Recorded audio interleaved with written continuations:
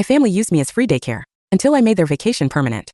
My name's Lauren, I'm 26, and for the past 12 years, my family treated me like their free daycare service. It all started when I was 14 and babysat my cousin one lazy Saturday afternoon. I thought it was harmless, just snacks, cartoons, and coloring books. But that one day turned into a life sentence. First, it was small things. My sister Megan would swing by and say she just needed me to watch her baby for an hour. That hour would turn into an entire afternoon because she decided her errands included a manicure and drinks with friends.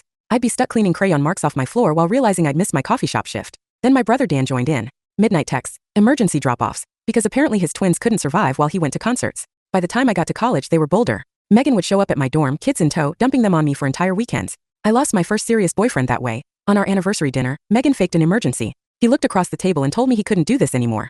After graduation, my parents made it worse. Without telling me, they gave Megan and Dan spare keys to my apartment.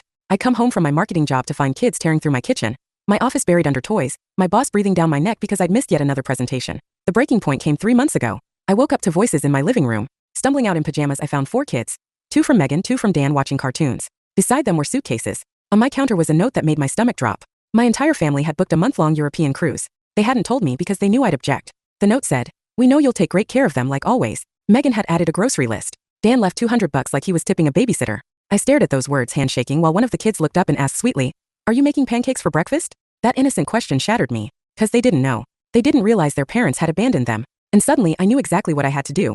See, 12 years of being forced into this role had taught me a lot about the system. I made the kids breakfast, kept my voice light, and asked them to tell me stories about the times they'd stayed with me. They talked eagerly about weekends, sleepovers, even the time one had strep throat and Megan left him here. I filmed it all. I photographed the suitcases, the note, the pitiful cash. Then I called Child Protective Services. Within hours, a caseworker showed up, pale as paper after reading the note. By that afternoon, the kids were in emergency foster care.